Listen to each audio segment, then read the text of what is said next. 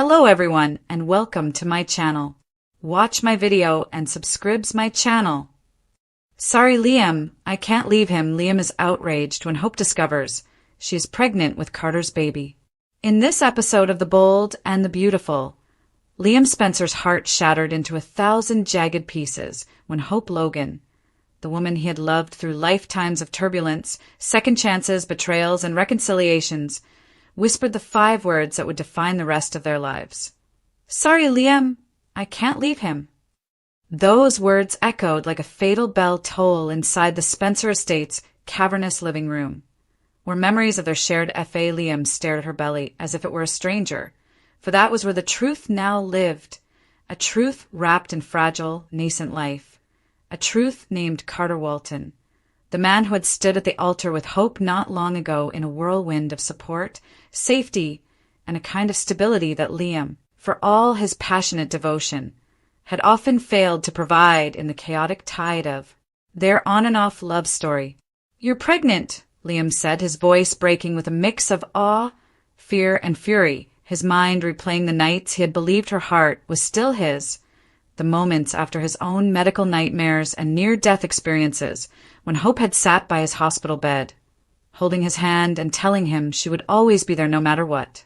And now here she was, standing in the identical house where they had once imagined living forever, informing him that forever belonged to another man's kid.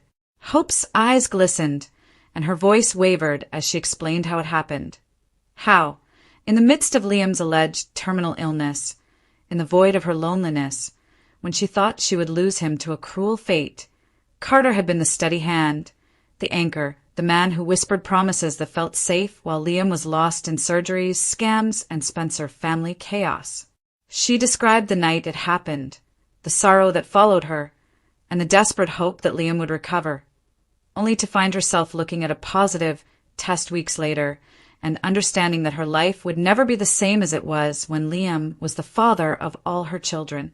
Liam, still reeling from the Grace Buckingham scandal, which had cost him months of his health and nearly his life, staggered under the weight of betrayal, not because Hope had moved on while he was dying, but because she had allowed him to believe in their rebirth, in the warmth of a reunited family, only to pull the rug out from under him when the stakes were higher than ever. "You let me dream," Liam whispered, his voice like a blade dragging across stone. "You let me believe that all of this fight to live, this fight to come back to you, meant something, Hope." His voice rose as the old Liam, the one who fought for Steffi, for Hope, for the very idea of love as a war to be won, came roaring back. "And now, are you telling me you're carrying his baby? Carter Walton is the man who used to be your shoulder to cry on now, the father of the kid we should have had." Hope attempted to talk, to calm him, but her words were like ash in the air. She told him she still loved him, that love was not the issue, but stability, trust, and the opportunity to give this child a future free of the eternal triangle, free of the havoc that Liam's torn heart had always caused. She reminded him of the times he ran to Steffi, the nights he left her bed for the Cliff House, the pain Beth had felt as a result of his indecision, and how Carter had been a constant presence through it all. Not a substitute, not a better guy, but a different one who gave serenity. Liam's rage turned inward, a firestorm of memories, his father Bill, Spencer paying $1 million for bogus surgeries, Finn and Bridget exposing medical fraud, Hope kissing him at the hospital while engaged to Carter, the world cheering for their reunion. And now this cruel twist that made him the outsider in a family he once built. He strode away, his footsteps heavy, vowing to fight for his position in Beth's life, even if Hope's new baby would permanently bind her to Carter. In his mind, plots began to form, not out of malice, but out of desperation. Could he expose Carter, damage their unity, and remind Hope of what they had? Could he persuade her that love was more important than a single mistake? Meanwhile, Hope slumped onto the couch, gripping her stomach and mumbling apologies to the child who would never know a world free of violence, as Carter's voicemail replayed, vowing to come over and shield her from the storm Liam was bound to unleash. Ridge Forrester, observing from the shadows of his own messy engagement fiasco with Taylor, pondered whether he should intervene, as the drama raging through the Spencer-Logan-Forrester dynasty now jeopardized the company, the families, and the connected legacies. Brooke, torn between supporting her daughter and knowing Liam's agony, phoned Bill, who swore to handle Carter in the way only a Spencer could, with threats, power, and the type of money that could change lives.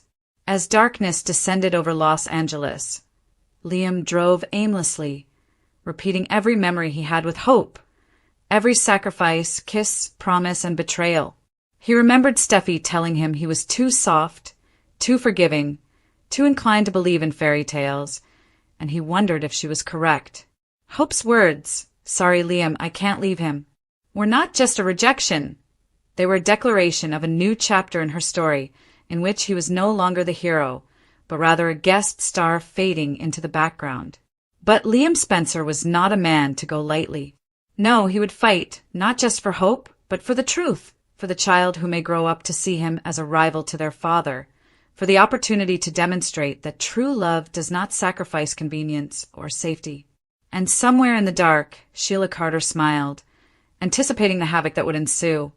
Chaos she could bend to her will as she whispered to Finn about the rising storm, chaos that, if played perfectly, could topple Carter, Hope, Ridge, and even Bill. The saga had barely begun. Liam drove through the winding streets of Los Angeles that night, his knuckles white on the steering wheel and his mind boiling with betrayal, need, and incredulity. The neon lights that flashed by his windows could have been ghosts, memories of a life he thought he'd recaptured. After months of fighting a bogus brain tumor, being cut open, patched up, lied to by Grace Buckingham, pitted by everyone he loved, and rescued from the edge of death only to discover it was all a ruse, he had assumed that at least one thing had survived intact: Hope's love. But now, with those 5 words slicing into him like a surgeon's scalpel, "Sorry, Liam, I can't leave him," he felt like a guy living someone else's life, witnessing someone else's family being established with his child's mother at the heart, but another man's name on the birth certificate. Hope sat alone in the cabin on the Forrester estate after Carter had left for a late board meeting. The house was still except for the soft ticking of the clock on the mantel, each tick a reminder of the decision she had made, not just to have the baby, but also to align her future with Carter, the man who had held her steady during the storm Liam's near-death experience unleashed. She whispered to her unborn child, telling it that none of this was its fault, that she wished things were different, that love could erase the past. But the past had weight, and it contained Liam's betrayals, his lingering love for Steffi, and the never-ending triangle that had turned her heart into a revolving door of pain. When his son was in anguish, Bill Spencer refused to sit idly by. He came at Liam's house the next morning after hearing from Brooke that something had gone horribly wrong. Bill found Liam staring out over the balcony, eyes bloodshot, his phone on the table, displaying dozens of unsent texts to Hope, pleading, accusing, and begging. "Tell me what happened," Bill said, his tone low and menacing. And Liam told him everything. The confession, the baby, and Hope's demeanor as if Carter Walton, the suave, dependable COO, was a safer bet with her heart. Bill's face clouded, that old cruel glint returning to his eyes. "You mean to tell me that after everything we went through to save your life, after I spent a fortune to buy you time, she was sleeping with him, and now she is pregnant?" Liam banged his fist against the railing. "She claims she still loves you, Dad. But love isn't sufficient. She seeks steadiness. She seeks safety. She wants to remake history with him because I wasn't always present." Bill grabbed his son's shoulder. "Then we remind her who you are. You are Liam Spencer. You battle for what you have. And if Carter believes he can take your family, your child's mother, and construct a life on your ashes, he has another thing coming." Meanwhile, Carter sat in his Forrester Creations office, his hands steepled, torn between shame and a peculiar sense of satisfaction. He hadn't planned for this. He had comforted Hope, yes, but he had always persuaded himself it was harmless, that Liam's health issue left a hole that needed to be filled. But what about the baby? That lasted forever. And as much as he respected Liam, he understood what this meant. Hope was now inextricably linked to him in ways that 1,000 annulments could not undo. Ridge entered without knocking, already knowing of the situation through Brooke. "So it's true," Ridge stated, pacing. "I hope she's pregnant." Carter braced himself for judgment, but Ridge startled him. "You best be ready, Carter. Liam won't let this go. And Bill, he'll destroy this company before his son loses another Logan." Across town, Sheila Carter, always the opportunist, drank her coffee at Il Giardino as Deacon slid into the booth. "Have you heard?" she asked, a mischievous smirk on her lips. "Liam is heartbroken. Hope is pregnant with Carter's baby. The Logans are devastated, the Spencers are enraged, and the Forresters are scrambling to contain the controversy. This is the kind of storm that changes everything," Deacon told her, but Sheila never listened. She once saw Liam as a potential ally, even envisaged herself being part of a redemption tale that restored that shattered family. But now there was leverage, instability, and a chance to play savior or devil depending on which way the wind blew. Days passed, and the news spread, first to Steffi, who sat on her Cliff House sofa with Finn, divided between pity for Liam and a grim, silent delight that her rival's perfect little dream had fallen apart. "He'll always come back to you, you know that," Finn joked. Steffi shook her head. "This is not about me. It's about Hope making a decision that she believes is safe. What about Carter? He is a good dude. Liam, he's unpredictable." But her words deceived her. There was a flare of ancient longing, the echo of evenings when Liam was hers alone. A week later, Liam met Hope once more, this time as a father needing to know where he stood, rather than a broken man crying for answers. "You can construct your life with him," Liam stated calmly, "but Beth is still ours. And what about this baby? I may not be the father, but don't believe for a second that I won't be present in its life. I will not allow Carter to raise both my daughter and his as if I never existed." Hope's tears poured freely now. "Liam, please, don't start this conflict. I didn't do this to hurt you. I selected this because I can't live in the triangle anymore. I need peace." Liam's gaze darkened. "Peace? Do you desire peace? Then do not ask me to bless this, because peace is not what you will find, Hope. War is."